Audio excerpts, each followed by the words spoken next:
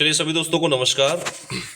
UPP का जो है सेकंड शिफ्ट का जो पेपर हुआ है जीएस का, आज उसी पेपर पे हम लोग बात करेंगे। ठीक है, जीएस के पेपर पे बात करेंगे।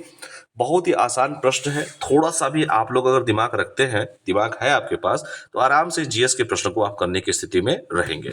पहला क्वेश्चन है, देखिए मतलब पहला क्वेश्चन नहीं, आप अपना क्वेश्चन मिला लीजिएगा, मैं बस क्वेश्चन बता दे रहा हूँ। संयुक्त राज्य अमेरिका में स्थित ग्रैंड कैनियन निम्नलिखित में से किस नदी द्वारा निर्मित किया गया है? इसका जो सही जवाब है वह कोलोराडो नदी। ठीक है, ऑप्शन डी जो है बिल्कुल ही सही जवाब है। ठीक है, तो ऑप्शन डी कोलोराडो नदी था इसका सही जवाब। अगला क्वेश्चन है, क्या क्वेश्चन है भैया, कि भारत में राष्ट्रव्यापी जीएसटी का विचार सबसे पहले निम्नलिखित में से किसके द्वारा प्रस्तावित किया गया था? चार ऑप्शन थे, एक बिसल समिति, कलेकर समिति, रेखी समिति और सी रंगाराजन समिति। इसका सही जवाब है सी रंगाराजन समिति। जीएसटी 2017 में आई थी इस देश में। GST goods and service tax कहा जाता है इसे, लेकिन हमारे विपक्ष ने इसे गब्बर सिंह टैक्स भी कहा था। ठीक है, तो याद रखिएगा सी रंगाराजन समिति इसका सही जवाब था। अगला क्वेश्चन देखिए पूछ रहा है, कितना बढ़िया क्वेश्चन है, कि भारत का निम्नलिखित में से कौन सा पड़ोसी देश भारत के साथ भूमि सीमा साझा नहीं करता है? सीमा तो सभी साझा करते हैं, लेकिन यहाँ पे भूमि की बात की गई है, तो मालदीव नहीं करता। Option C is right answer. ठीक है, अगला क्वेश्चन देखते हैं। अगला क्वेश्चन टोक्यो से रिलेटेड है भैया। टोक्यो एशिया के निम्नलिखित में से किस देश की राजधानी है? तो भैया जापान की राजधानी है टोक्यो। और कभी भी हम एक गाना चला करता था, भारत और जापान के रिश्ते को मजबूत करने के लिए मेरा जूता है जापानी। सुना है कि नहीं आप लोगों ने? कमेंट करके बताइएगा। तो और जापान का दिया हुआ देखिए आज टेक्नोलॉजी हम लोग यूज करते हैं। दिल्ली मेट्रो जापान की दी हुई टेक्नोलॉजी है। बुलेट ट्रेन की जो हम लोग बात कर रहे हैं वो जापान की टेक्नोलॉजी को ही हायर करने की बात हम लोग कर रहे हैं। ठीक है, तो जापान के साथ तो हमारा बहुत ही पुराना रिलेशन है। राजधानी तो इतना भैया बच्चा बच्चा को याद होना चाहिए यार। टोक्यो क्या राजधानी नहीं याद होगी आप लोग की? मतलब अगर दिक्कत है, अगर नहीं याद हो रहा है तो। अगला क्वेश्चन है कि निम्नलिखित में से कौन सी एक व्यापक और दूरदर्शी पहल है जिसका उद्देश्य उत्तर प्रदेश राज्य में महिलाओं की सुरक्षा, सलामती और आत्मनिर्भरता के लिए सशक्त बनाना है? इसका सही जवाब है ऑप्शन बी, यानी कि मिशन शक्ति। काफी चर्चा सरकार इसको करवा रही है मिशन शक्ति को लेकर। Option B is right answer. अगला क्वेश्चन पूछ रहा है कि उत्तर प्रदेश की राज्य की सीमा निम्नलिखित में से किस राज्य को नहीं छूती है? तो 8 राज्य और एक केंद्र शासित प्रदेश को छूती है, किसको नहीं छूती है? तेलंगाना को। कहां से छुएगी भैया? ये मध्य प्रदेश बीच में आ जा रहा है, तेलंगाना गलत है। तेलंगाना से कोई हम सीमा साझा नहीं करते हैं। अगला क्वेश्चन है कि दक्षिणी भारत की सबसे ऊंची चोटी अनामुडी है। चलो कोई दिक्कत नहीं, बिल्कुल है। निम्नलिखित में से किस पर्वत श्रृंखला में स्थित है? तो इसका सही जवाब है नीलगिरी पर्वत श्रृंखला। Option A is right answer. Option A हो जाएगा। अगला क्वेश्चन देख लेते हैं, थोड़ा सा और आगे बढ़ा जाए। अगला क्वेश्चन अगला क्वेश्चन अगला क्वेश्चन आ गया। अगला क्वेश्चन आ गया क्या है क्वेश्चन, कि क्राइम साइबर क्राइम की शिकायत दर्ज कराने के लिए हेल्पलाइन नंबर क्या है? देखो भैया, सबका हेल्पलाइन नंबर तो कम से कम याद रखो, पुलिस में जा रहे हो बच्चों। इसका सही जवाब है 1930। ठीक है, 1930 है। 1930 इसका सही जवाब है, ऑप्शन ए। अगला क्वेश्चन पूछ रहा है कि गुड़ी पड़वा निम्नलिखित में से किस राज्य का बसंत समय का त्योहार होता है? पहला ऑप्शन है हिमाचल प्रदेश, दूसरा उत्तराखंड, तीसरा गुजरात, चौथा महाराष्ट्र। जय Maharashtra. Option D is right answer. Gudi Padwa कहां होता है? महाराष्ट्र में होता है। अगला क्वेश्चन है कि 10वीं जनगणना कराने की जिम्मेदारी निम्नलिखित में से किस मंत्रालय पर है? आप जानते हैं ना, जनगणना 10 साल पे होती है। ठीक है, और हमारे देश में जो है 2011 में आखिरी जनगणना हुई थी, 21 में होने वाली थी, लेकिन कोविड के कारण नहीं हो पाई। ठीक है, आप सभी लोग जानते भी होंगे 21 में नहीं हो पाया। और आज भारत पूरी दुनिया में पहला स्थान है जनगणना के मामले में। इसके साथ ही साथ ये भी जान लो भैया कि 18 से लेकर 35 साल की उम्र के लोग जो है कितने हैं इस देश में? 65% है, जो किसी भी देश की दशा और दिशा को बदल सकते हैं। इसलिए मोदी जी युवाओं को लेकर हमेशा चलते हैं। और इसके साथ साथ आज भारत में युवाओं के पास मतलब संख्या ज्यादा है, तो इस देश में आज के 40 साल 50 साल के बाद वृद्धों की समस्या सबसे ज्यादा होगी। ठीक है, तो आज हम पूरी दुनिया में जो है नंबर 1 पे हो चुके हैं। अभी तो जनगणना 21 वाला हो जाए तो पता नहीं कितना हम लोग आगे बढ़ चुके होंगे। चलिए, तो इसका सही जवाब क्या है? जवाब जान लीजिए, इसका गृह मंत्रालय, भारत सरकार। ऑप्शन सी जो है बिल्कुल सही जवाब है। ठीक है, अगला क्वेश्चन है कि राष्ट्रीय मानवाधिकार आयोग का मुख्यालय कहां पर है? इसका सही जवाब है ऑप्शन ए इज नई दिल्ली। ठीक है, अगला क्वेश्चन हम लोग बात कर लेते हैं। अगला क्वेश्चन देख लेते हैं। देखो अगला क्वेश्चन और आगे है क्या? चलो, जो भी हो हम बता देंगे आप लोग को। आगे पीछे क्वेश्चन ऊपर नीचे दिया हुआ है, लेकिन कोई दिक्कत नहीं है। बस हम लोग को तो क्वेश्चन करने से मतलब होना चाहिए, बस उससे सिवा कुछ नहीं। चलो भैया, क्वेश्चन तो बड़ा आसान आसान है, लेकिन खैर कोई नहीं। आप लोग अच्छे बच्चे हैं, मन से पढ़िए, सिलेक्शन हो जाए हमसे जरूर मिलिए, हाल चाल लेंगे हम आपके साथ, सेल्फी लेंगे। चलिए कहाँ गया भाई, ठीक है। और चैनल को सब्सक्राइब लाइक शेयर जरूर किया कीजिए, क्योंकि डेली कुछ ना कुछ अब इस चैनल पे मैं देता रहूंगा, ठीक है। अगला है प्रभावती गुप्त गुप्त साम्राज्य के निम्नलिखित में से किस शासक की बेटी थी?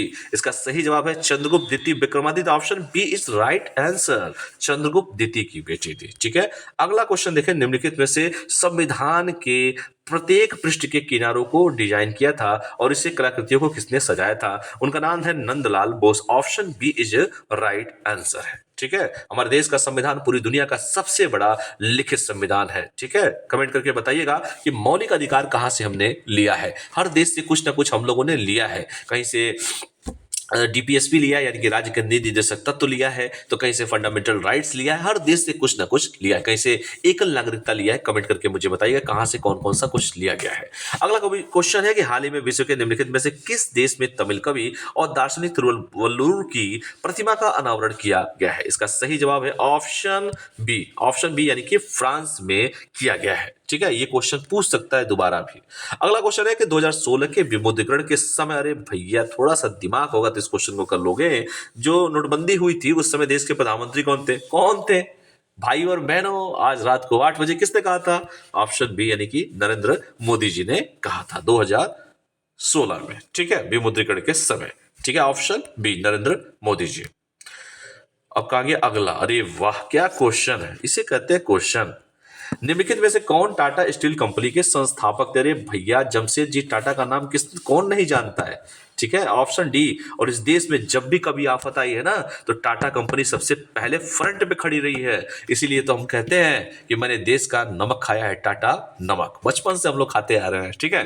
तो टाटा वो कंपनी है जो एक गरीब से गरीब व्यक्ति को भी चरपहिया गाड़ी में घुमाने का काम किया था।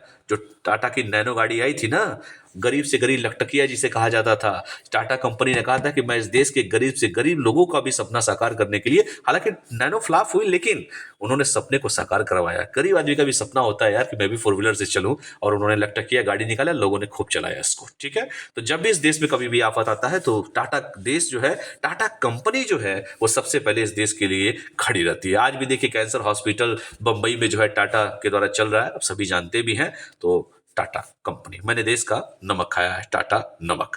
अगला क्वेश्चन है कि अरे भैया आप लोग कुछ और खाओ, मैं तो टाटा ही नमक खाता हूं।